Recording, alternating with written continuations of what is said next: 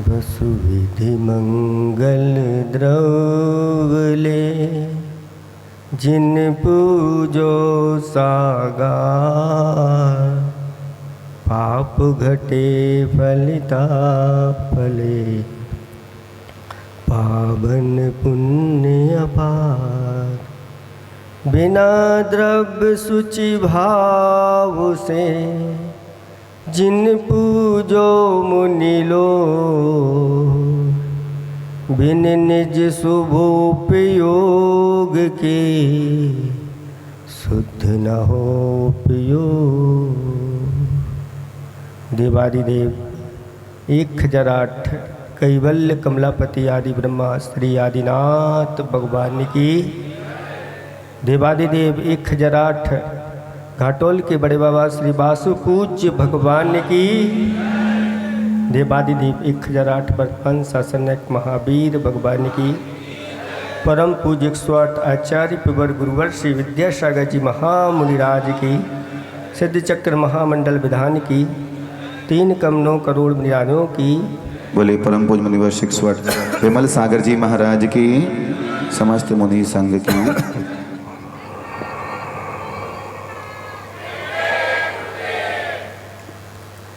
धर्म स्नेही भवात्माओं, आचार्य भगवंत ने एक हाइकू लिखा है। जब जहाँ जो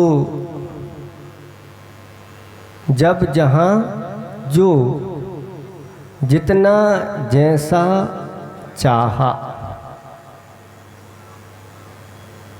जब जहाँ जो जितना जैसा चाहा, क्या कभी मिला? क्या कभी मिला? बोलो घाटोल वालों, नहीं मिला। घाटोल वाले कह रहे हैं उससे भी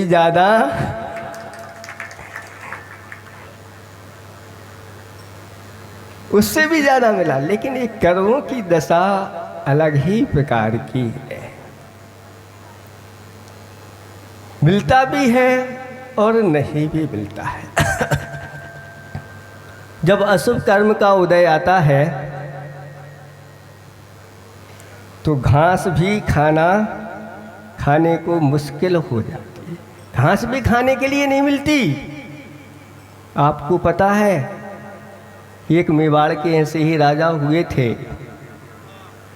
जिन्होंने घास की रोटियां बनाई थीं, लेकिन वो भी उनके किस्मत में नहीं थी।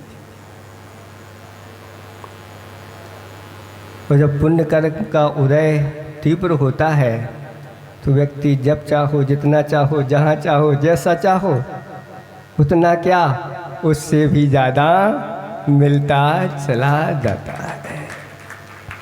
कर्म की बड़ी विचित्रता है। इसलिए आचार्य भगवान कहते हैं कर्मों को हमेशा हमेशा दबा करके चलो। 2 पार्टियां हैं, एक कर्म की पार्टी है और एक जीव की पार्टी है। कर्म अपनी पार्टी को पुष्ट करना चाहता है। कर्म कर्म हिताबंदी, जीवो जीव हितस्परा। और जीव अपनी पार्टी को पावरफुल बनाना चाहता है। लेकिन इसमें जो पावरफुल होता है वो अपने रूप दूसरे को परिणमन करा लेता है, अपनी पार्टी में शामिल कर लेता है और उसकी ही फिर उसके लिए सपोर्ट करना पड़ती है। अनादिकाल से यही तो होता आ रहा है। और हम जीव जो है दब्बू बना हुआ है। दब्बू क्या, गधा बना हुआ है। और गधे पर जब कर्मों का भार लाद दिया जाता है तो बस फिर भार भी साथ साथ में डंडे भी खाना पड़ता है। ऐसी दशा हो जाती है। एक हमने दृष्टांत मालिका में एक दृष्टांत पढ़ा था और उसमें ये दृष्टांत दिया गया था कि एक कुम्हार गधों पर अपनी सामग्री लाद करके जंगल में से आ रहा था और चूंकि समय बरसात आने का था और जब बरसात आती है तो काले काले बादल आ जाते हैं और दिन में भी अंधेरा हो जाता है, रात हो जाती है। और जब इस प्रकार की स्थिति बनने वाली थी तो जंगल में जो जंगल का राजा होता है उसके सानिध्य में एक मीटिंग हो गई।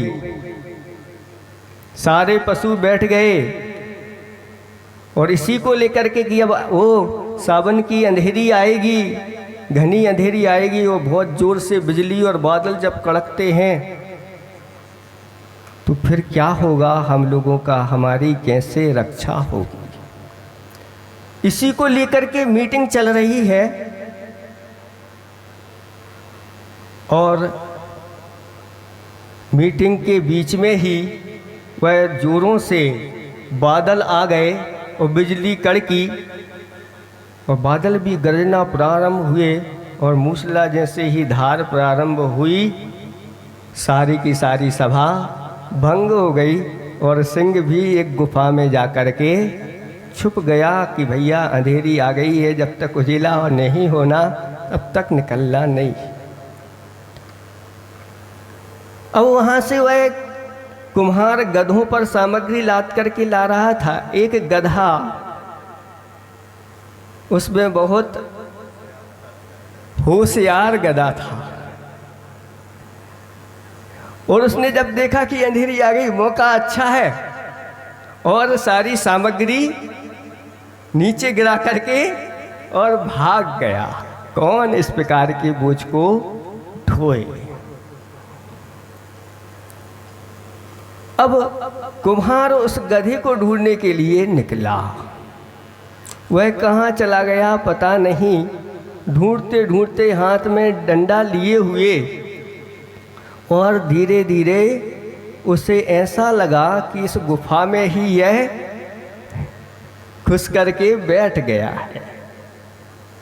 और गुफा में कौन बैठा था? शेर बैठा हुआ था। लेकिन जब यह कुम्हार वहां पहुंचा और जोर से ललकार लगाई, यहां छुप करके बैठा है, अंधेरी आ गई है, चल निकल बाहर। और 2-3 उसको जाके लगाए। वह शेर घबरा गया, आज तो मैं गया, ये अंधेरी कहाँ से आ गई, आज मैं पकड़ा गया। और ऐसा डर गया कि सिंह भी गधा बन गया और पकड़ करके डंडा देते हुए उसको ले गए और उसके ऊपर बोझ लाद दिया और वह गधों की टीम में चालू हो गया। आगे जाकर के क्या हुआ, एक सिंह दूसरा सिंह एक पहाड़ी के ऊपर खड़ा हुआ इस दृश्य का अवलोकन कर रहा था कि इतने में बिजली चमकी और वो दृश्य उसको दिख गया कि मेरा भाई इन गधों की लाइनों में ये कैसे शामिल हो गया, बड़ा आश्चर्य है। तब उसने कहा कि इस अपने स्वरूप का भान इसको नहीं रहा, ये भूल गया है अपने स्वरूप को। थोड़े से इसके स्वरूप को भान कराया जाए। और उस सिंह ने बहुत जोर से एक दहाड़ लगाई और जैसे ही दहाड़ लगाई सारे गधे भाग गए और इसको भी जोश आ गया और उसने भी एक दहाड़ लगाई और सारी सामग्री पटक करके और फिर सिंह की दौड़ में शामिल हो गया। ये दृष्टांत किसको दिया गया? ये मनुष्य को दिया गया। कि सिंह है आत्मन, तू सिंह जैसा स्वरूप है तेरा, और तू कर्मों के बोझ से लद करके गधा बना हुआ है। कब तक ये जिंदगी भर कर्मों का बोझ ढोता रहेगा? अपने अंतरंग की शक्ति को पहचान और फेंक दे बोझा। तब जाकर के हम अपने असली स्वरूप को प्राप्त कर पाएंगे, नहीं तो आप किस लाइन में शामिल हैं? 2 लाइनें लगी हुई हैं, दौड़ है, और सारे लोग देख रहे हैं कि ये दौड़, इसमें कौन फर्स्ट आता है। एक सिंहों की दौड़ है और एक गधों की दौड़ है, लेकिन लाइन में कुछ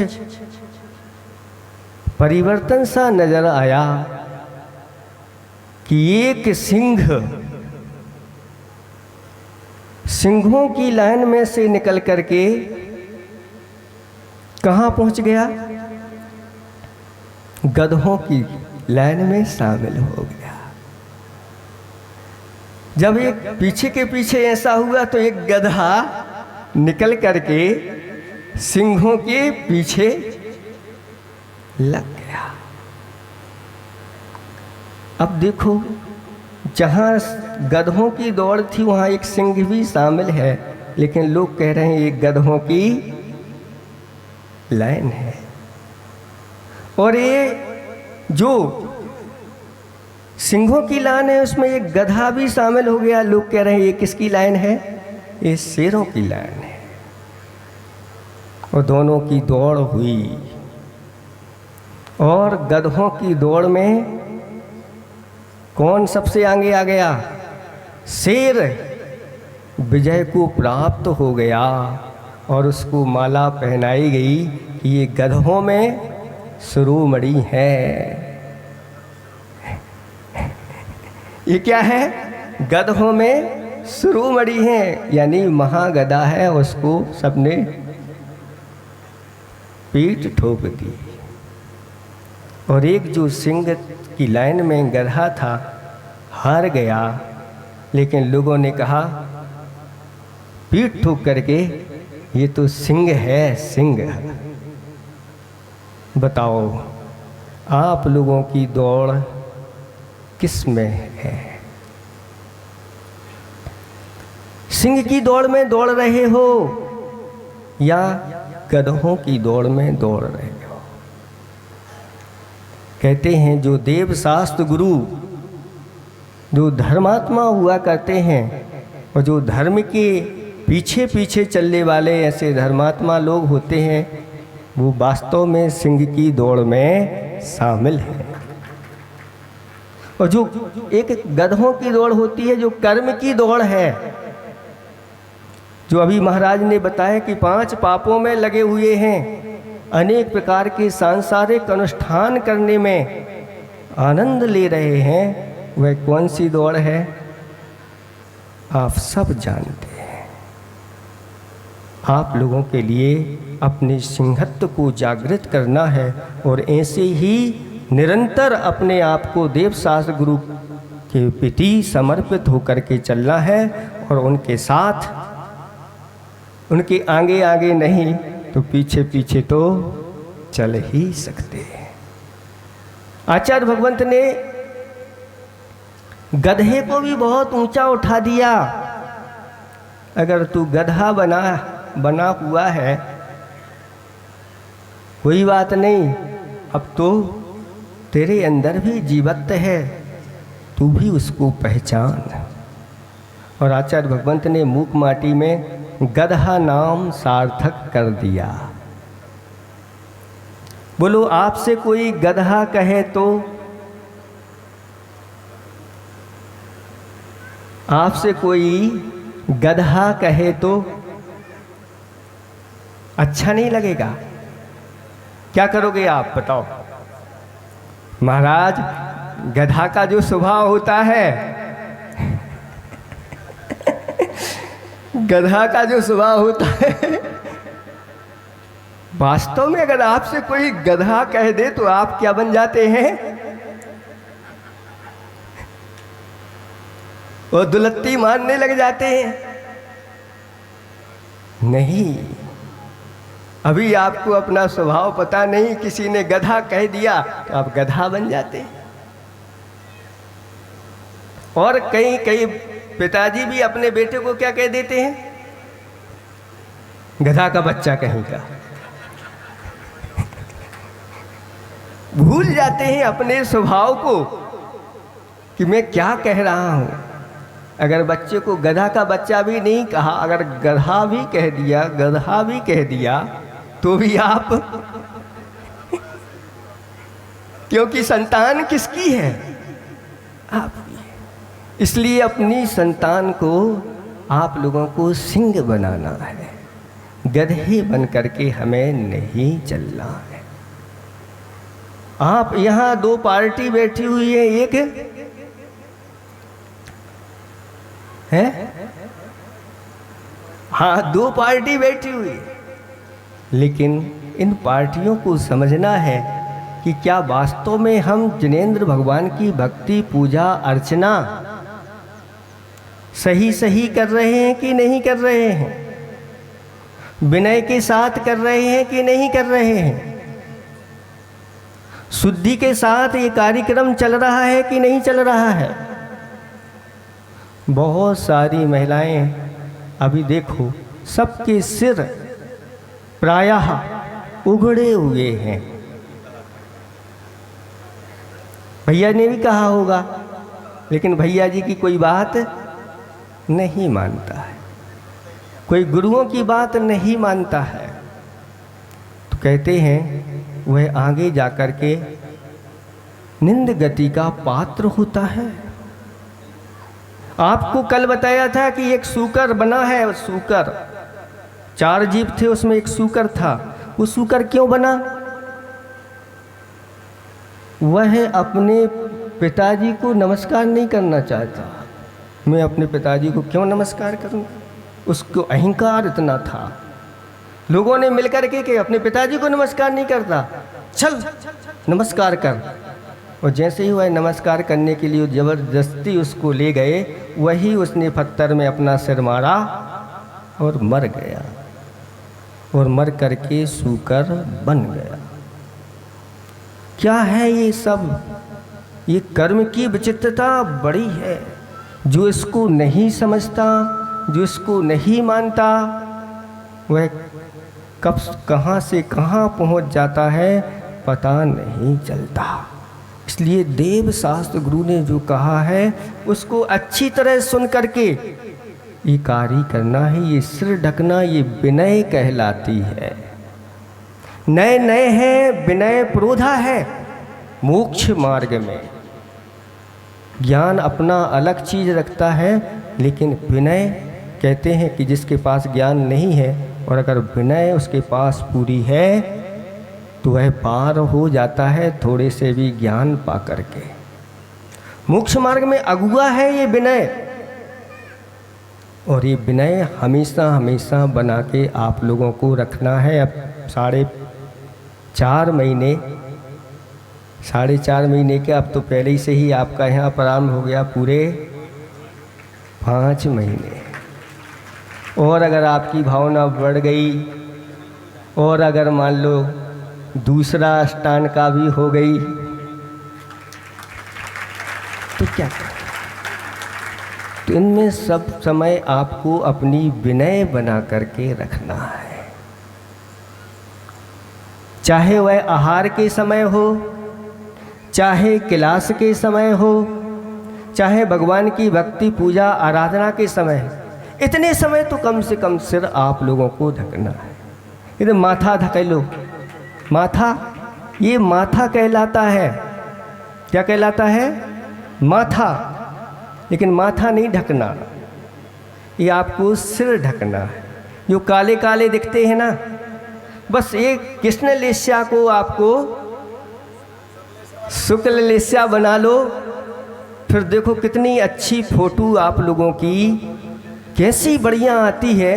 आप एक बार देख लेना ये बाल वालों की, और एक बार ये शुक्ल लिस्सा वालों की। फिर उधर पीत लिस्सा वाले भी हैं, वहाँ अपने कृष्ण लिस्सा को पीत लिस्सा में परिवर्तन कर लो।